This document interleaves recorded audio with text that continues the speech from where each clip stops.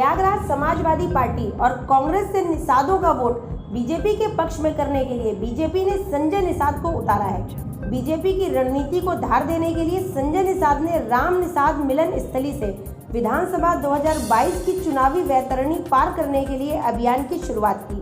कांग्रेस, सपा और बसपा को निषादों को ठगने वाला संजय निषाद ने बताया कि निषाद वोट बैंक एक करने के लिए भाजपा ने संजय निषाद के रूप में प्रदेश में एक बड़ी चाल चली है। निषादों का वोट एक करने और उसे बीजेपी के पक्ष में मोड़ने के लिए निषाद पार्टी के राष्ट्रीय अध्यक्ष संजय निषाद को भाजपा ने चुनावी रण में उतारा है।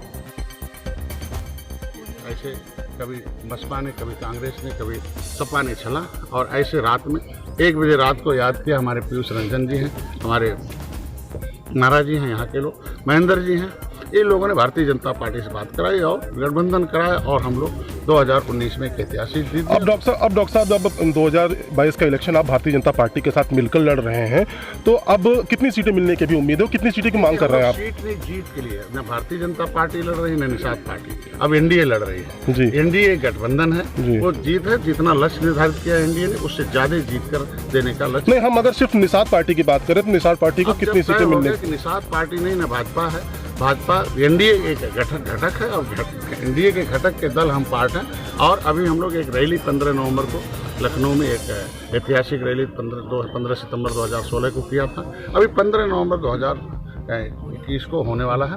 उसी में उस शक्ति में पूरे प्रदेश के लोग आएंगे और उसमें भारतीय जनता पार्टी का शीर्ष नेतृत्व भी रहेगा।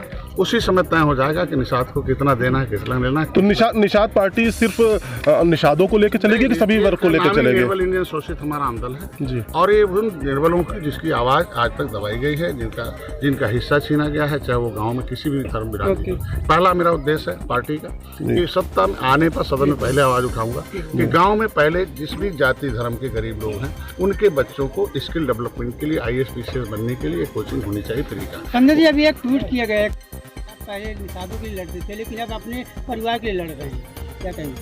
तो निषाद अगर कोई ट्वीट किया होगा तो उसे पता होगा कि कौन वकील है, कौन माननीय मोदी जी के साथ, कौन अमित शाह के साथ, कौन इस लोकतंत्र के शीर्ष नेतृत्व के साथ कौन वकील लड़ रहा है, कौन आपस में निषाद लड़ रहे हैं, कैसे लड़ रहे हैं। अब तक निषादों को किस तरीके से रखा गया था कि जब वो जय भीम बोलते तो शायद उनकी कुर्सी मिलती, जब जय समाजवाद बोलते तब नेताजी कहते। ये पहला बेटा है डॉक्टर संजय कि जय निषाद राज वाले को बोलने को सदन में जगह दी गई है। ये बहुत बड़ा इतिहास। अच्छा, एक लास्ट क्वेश्चन है, समाजवादी पार्टी है, कांग्रेस पार्टी हो, सभी निषादों को अपनाने की कोशिश कर रही है, दिखा रही है बार बार सब्ज बाग, उनके लिए क्या कहेंगे आप?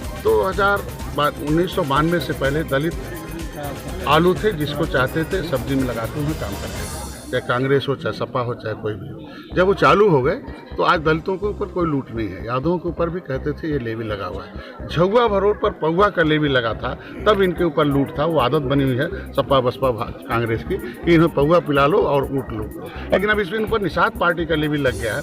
जब निषाद पार्टी का लेवी लगता है और डॉक्टर संजय का फोटो जब किसी निषाद के घर में देखते हैं तो पौवा लेके वापस चले जाते हैं। जब निषाद राज का फोटो देखते हैं तो उनकी जो है अपने आप हालत खराब है। पौवा पीना बंद करवा दिया क्या आपने निषादों को? निश्चित रूप से अब हमारे लोग जय निषाद राज का नशा चढ़ गया है, सत्ता का नशा चढ़ गया है। इसीलिए ये लोग रेल रोकते हैं, ट्रक रोकते हैं और सत्ता जिन ने इनका हक छीना है। कांग्रेस ने इनकी फाइल गायब कराई, आरक्षण का संबंध बंद कर दिया। कांग्रेस एक आखिरी सवाल है डॉक्टर साहब, इनके साथ धोखा दिया, उनसे दोस्ती खत्म कर दी। तो ये अब राजनीतिक हो गए हैं। ये पूरा इनके निषाद राज का नशा, राजनीति का नशा है कि हमें सत्ता की हिस्सेदारी मिलनी चाहिए। फूलन देवी को मैं तो उन्हें धन्यवाद दूंगा, मुलायम सिंह को कि सांसद बनाया। लेकिन फूलन देवी जी ने ये भी कहा था प्रधानमंत्री इंदिरा गांधी से कि हम उत्तर प्रदेश की सरकार पर, पुलिस पर विश्वास नहीं करते हैं, हमें उत्तर प्रदेश में आत्मसमर्पण नहीं कराया जाए, हमें मध्य प्रदेश में समर्पण कराया जाए। फूलन देवी 2 बार सांसद रहीं, उनके सामने उनकी पार्टी की रहीं, हत्या हुई। रामविलास पासवान ने CBI जांच की मांग की लेकिन माननीय मुलायम सिंह ने नहीं किया। मैं कहता हूँ फूलन देवी मरी, आज के दिन में जब तक जिंदा थी तब तक उनका इस्तेमाल किया। मरने के बाद उनकी विरासत उसकी माँ को मिलनी चाहिए ना। आज वो एक एक दाने को मोहरता है। अगर वो सांसद की माँ है तो जिम्मेदारी बनती थी समाजवादी पार्टी की। आज के दिन में नाटक न करें। नाटक क्या, आज के दिन चौरसिया जो उनके लेखा जोखा रखते थे, कैलाश चौरसिया, वो आज उनके यहाँ संरक्षण प्राप्त है, मंत्री बना दिया। जो फूलन देवी की हिस्सा लूट ले उसे मंत्री बना दे, इससे बड़े शर्म की क्या बात हो सकती है। डॉक्टर संजय लड़ाई लड़ रहे हैं, माननीय मुख्यमंत्री से बात हो चुकी है, गृह मंत्री से बात हो चुकी है, बहुत जल्दी जांच भी होगा और बहन फूलन देवी की विरासत उनकी माँ को डॉक्टर एक छोटा सा सवाल है, सभी पार्टियां ब्राह्मणों को फोकस कर रही है, तो निषाद पार्टी से भी उम्मीद की जाए कि ब्राह्मण चेहरे चुनाव में आएंगे? निश्चित रूप से आज के दिन में सबसे महत्वपूर्ण सीट अभी आपकी अगर विधायक रहे, ज्ञानपुर की सीट है आपकी, तो क्या लगता है आपको कि वहाँ से किसको सीट मिला? मैं तो ब्राह्मण को देवता मानता हूँ, ब्राह्मण देवता नहीं होता। निषाद राज का किला नहीं दिखाई देता, वाल्मीकि रामायण में नहीं लिखा होता। कितने लोग हैं अभी आपकी पार्टी में ब्राह्मण? अगर कार्यकर्ताओं की, पदाधिकारियों की बात करें तो कितने लोग हैं अभी?